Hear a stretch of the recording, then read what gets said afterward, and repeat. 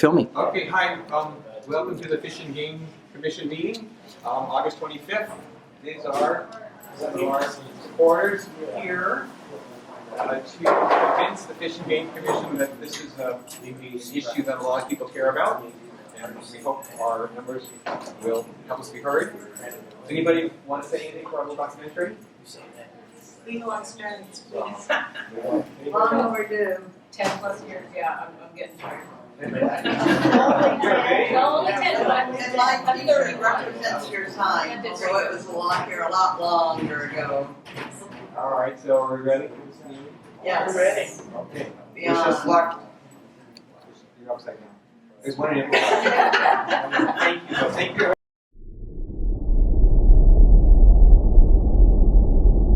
Non-marine petitions and non-regulatory requests from previous meetings. We have a whole bunch of them today. I'm going to separate out. We're going to do tracking number petition for 2016-11. I'm sorry. I'll make the announcement that we're not doing 2016-11. That has been withdrawn. But we're going to go directly to 2016-008 domestic ferret possession petition. And I don't believe, Aaron, do you want to talk about it all before we go into it, or should we have the public speak? There's nothing really to say, right? Okay, so we're going to have first a petitioner, Pat Wright, I believe, is going to speak first. And you have 3 minutes, Ms. Wright, and then we have two people who are combining speakers. We'll each get 7 minutes, and then we have a couple of individual speakers. Let's go with Pat first, and then we'll call the other speakers. Thank you. Pat Wright with legalize.org. Before I start, is our cameraman ready? We are producing a little documentary. We're live. We're live, so do you need to move Streaming live. with permission? Yes. I'll tell you, can we get started? Okay, we're good. First of all, I have change.org petitions that, for Commissioner Sklar. There's 250 came in tonight. I'll give it to you later. I want to start also before I do the PowerPoint. We understand we got to deny from the staff recommendation. We are really crushed about that. We're not sure why. Back in 1995, 1996, the commission said they did not have. Okay, thank you. They said they didn't have the resources to do an environmental study. They did it anyway. It came out because it said no state reported suspected breeding or documented breeding by any ferrets in the wild now. The report was hidden, but it was quite extensive.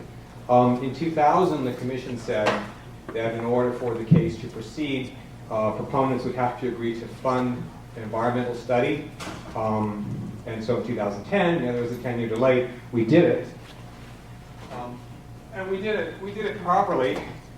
I have the proponent's proposal and assessment. Here is the actual environmental report, which was submitted. I'm not sure why it was not accepted. It's been submitted many times to the commission, and the previous commission never acknowledged it. They said before we would acknowledge it, they require a secret checklist. Here is the secret checklist. So this cost us $16,000, and this cost us $2,500. We are a small but growing organization, and so we're not sure. Can I ask, are you familiar with the environmental report, and why was it not sufficient? We'll finish your presentation, and we'll ask that question of the staff when you're done. Okay, this is an extremely important question to us because we are a small group of citizens. But anyway, what is a ferret? It's a domesticated variety of European polecat. They've been domesticated for 2,500 years, legal in 48 states. We like them because they're known for their fun-loving personality. They bring a lot of joy to our household. They are legal, like I said, in 48 states. And you'll see that map, red California, and I gave a little red dot to New York City, which is another sad story, our poor friends in New York. So who benefits from the ferret ban? I mean, if you can give me any benefit whatsoever, we would be very interested. It's not the Fish and Game wardens, and we've spoken to a couple of them here who really don't care about ferrets. It's not, that's my driveway there. Some person, long story, and I can't explain it, accused me of having a ferret that bit someone in a place I'd never been. but it's a waste of time. It's not the California economy. That's C&D feeds. I wish I had a better I'll picture. give you a couple more minutes, but Thank you. another I'll minute or be so. quick. I'll give it my time. Okay, anyway, C&D Feeds is Bullhead City, Arizona. They have that sign, and you can't really see it, but it says ferrets for sale. And they're selling ferrets to the California market.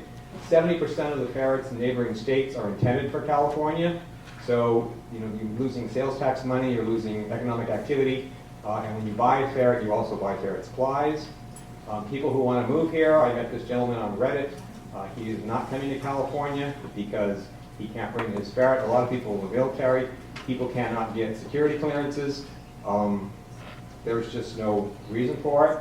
Public health does not benefit from the ferret ban because people are afraid to take their ferrets to the veterinarian.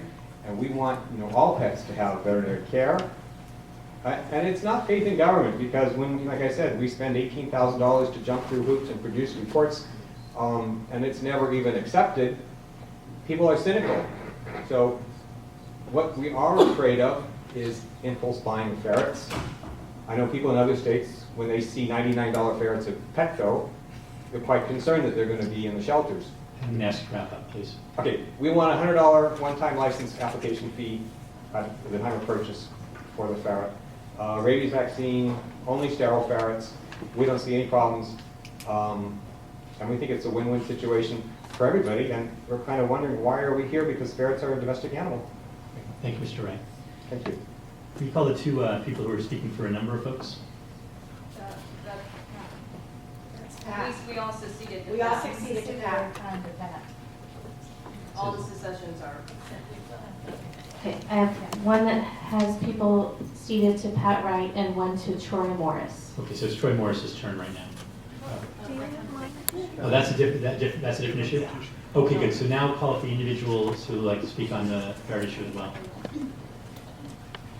Colleen Moore, Terry Falconer, Renee Gandafali, Richard Smith, and Kim Richard. Please come on up. If your name is called, please come up and speak. Well, I'm just gonna make it really short. Ferrets are excellent. I've been in 40 states, I've out of the 52. Neither one of those states have I heard anything bad about ferrets. I was a truck driver.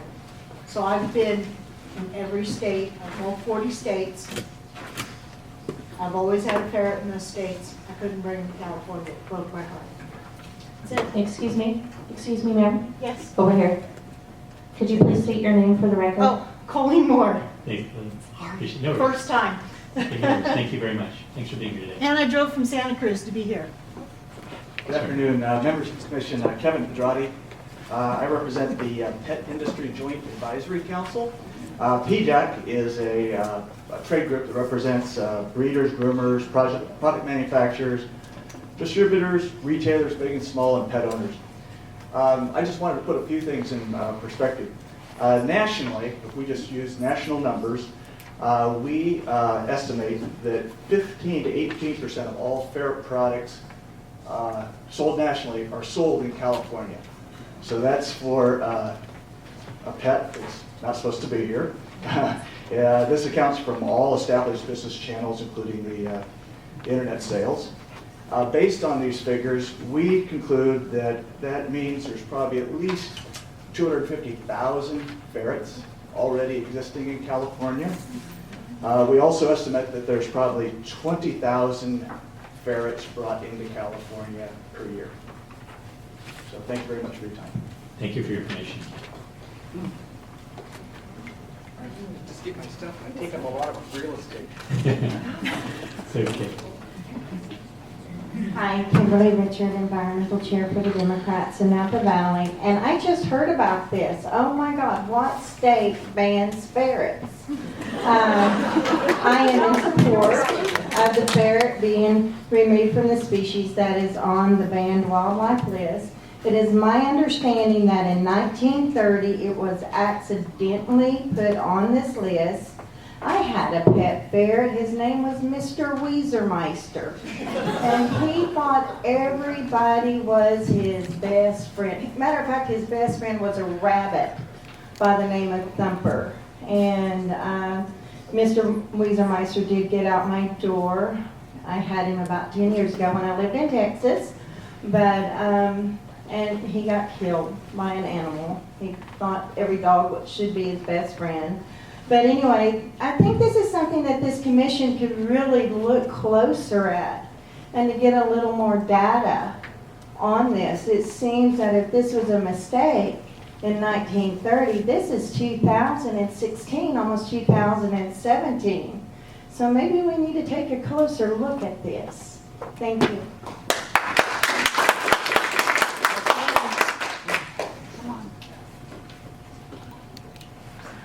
Good afternoon, Renee Gandolfi. I'm not a talented lawyer.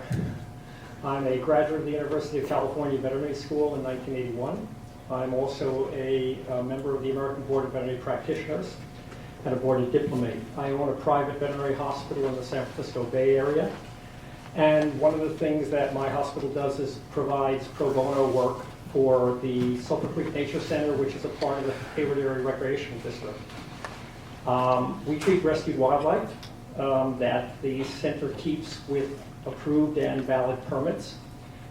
So with that kind of exposure, I'm a bit aware of the efforts that the CDFW has to do.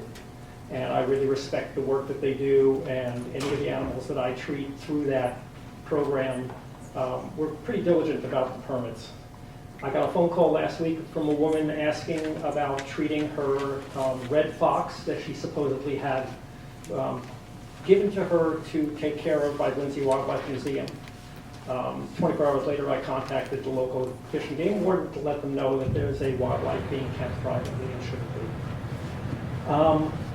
In those 35 years that I practiced, I have treated a fair number of ferrets.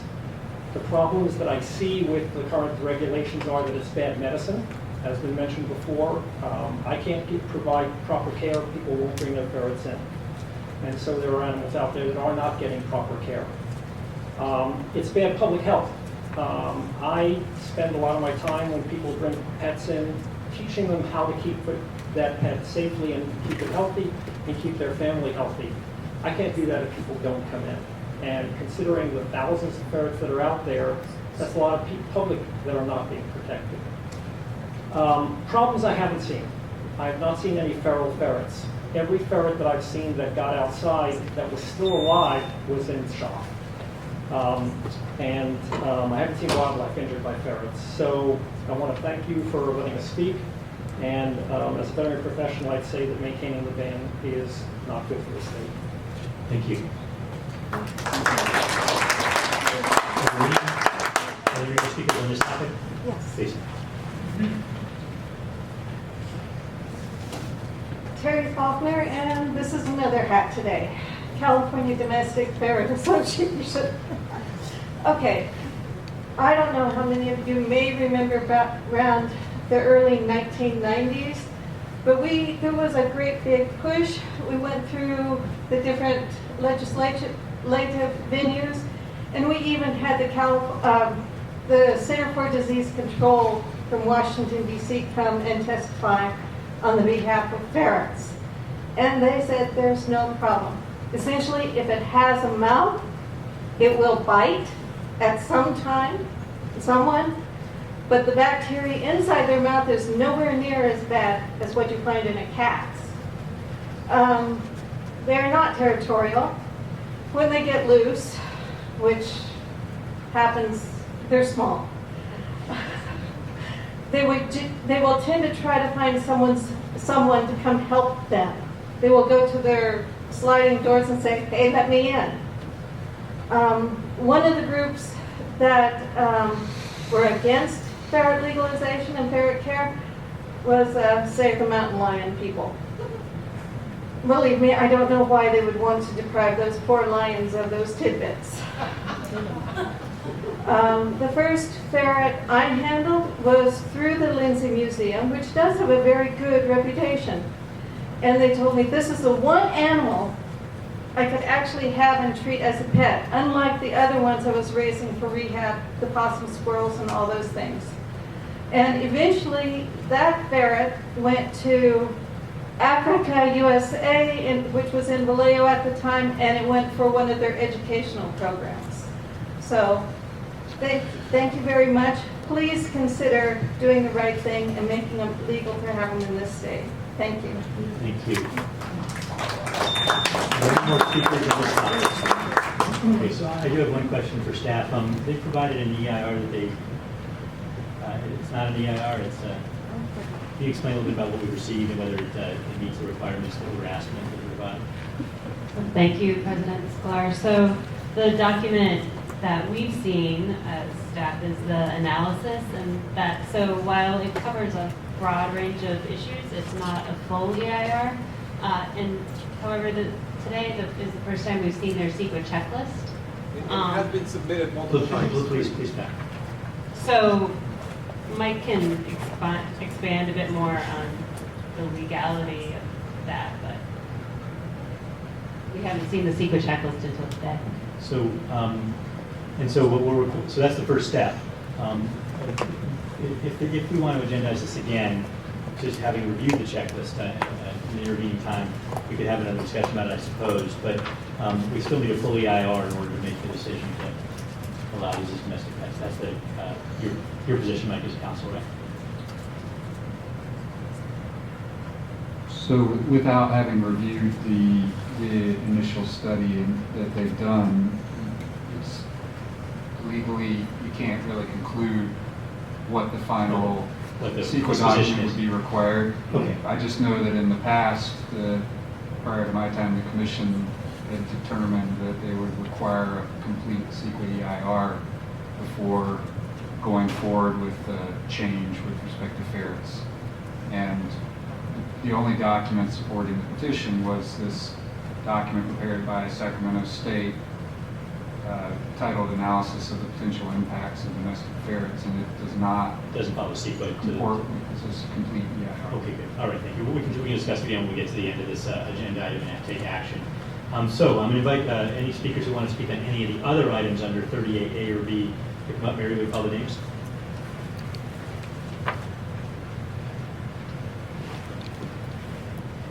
Troy Morris, George Osborne, Carl Perster, Shirley Louse, and Marilyn Jasper. Great, thanks, Mary. As you speak, will you please tell us your name, but also which item you're speaking on, which petition? Sure, my name is Troy Morris. Speaking on Fish and Game Code 670J, J1A, and J1B. Oh, what topic? Because we're not. I'm sorry, the falconry The inspection. falconry, okay. Please, go ahead. Essentially, to start off with, it's based on my request. The authority that the regulation that's been put on the books is illegal on its face. According to APA 11349B and 11349E, the authority participants, providing an open and fair forum, drawing out and intently listening to all stakeholders. She takes great care not to involve or represent Trinidad Rancheria in commission matters, and she is extremely conscious of her role as commissioner and mitigates the possibility of perceived bias by conducting herself in an open and transparent manner. So it's my opinion that there is no valid or factual basis for the complaint against her. Thank you. Thank you, Shirley. Appreciate your being here and appreciate your work. To the folks who submitted it about what their next steps are, or we can continue it to the next meeting and get a report back from staff on the checklist. Which do you recommend, Val? Either are fine. We could also, work with the department to review the checklist document and make sure that it's adequate, and then decide on it at the next meeting. Okay, so why don't we continue it? That way you guys can report back to us on it then. So, good for everybody? Thank you. Okay, so that would mean that we take the second motion. So I'll move it. That the commission adopts the staff recommendation. Right. I'm sorry. I just wanted to bring it to your attention that we did not cover item 38C. 38C, okay. Which is the items pending petitions and non-regulatory requests. So In February of 2016, the commission referred a regulatory petition number 2015-004, 2017. Okay, So terrific. that is part of your motion as well.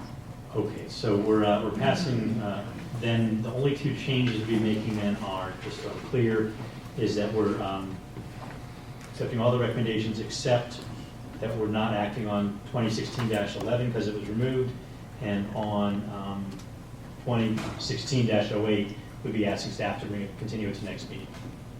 Okay, so that's, I'll make that motion, that the commission adopts the staff recommendations for actions on June 2016 regulatory and non-regulatory requests, including item C, except for item 2016-8, which we continue to the next meeting, and 2016-11, which was withdrawn.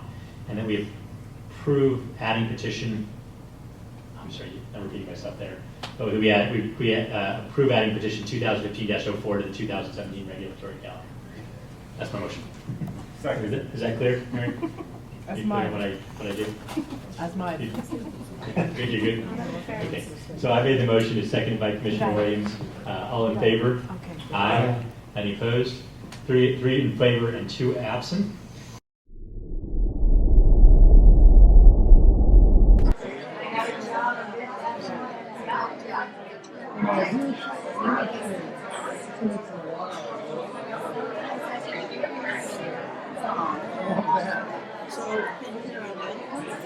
It was nice meeting you. I look forward to whatever you end up producing. Yes, a promo video. I'm just capturing the energy. Looks like you're going to come back, though.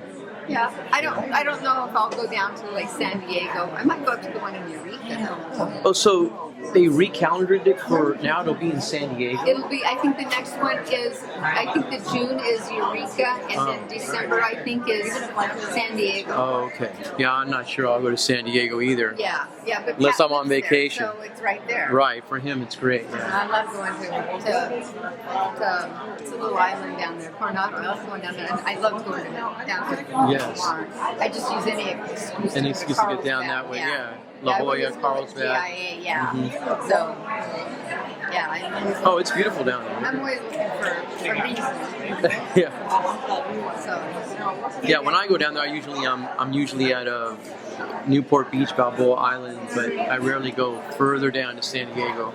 Yeah. But when I do, I try to spend a week there. I love that North San Diego area, man. It's beautiful. I used to work at the Del Mar racetrack, so I was like, so anyway, I will see you around possibly. Okay, California, we won today, kind of, sort of. In fact, the staff of the Fish and Game Commission apologized because the environmental report we included, linked in an email, got lost in their chain, so they said they'd never seen it before. They voted to continue and to bring this issue up at their next meeting, which will be in Eureka in a couple of months. So it was a very good day. Great, and so are you very encouraged? We are incredibly encouraged. We're getting so much support. Our membership base is growing by 100 a week minimum. Financially, we're doing better. We have enough resources to put, not pressure, but to bring our point of view to the forefront, because everybody contributes. So you do see a resolution in We're going to win. Wonderful, wonderful. 30 years. I'm so old, but we're going to win. Well, thank you for your time today, Pat, and we'll be looking to hear more of legalizeferrets.org and your fight and the cause with regards to ferrets in California.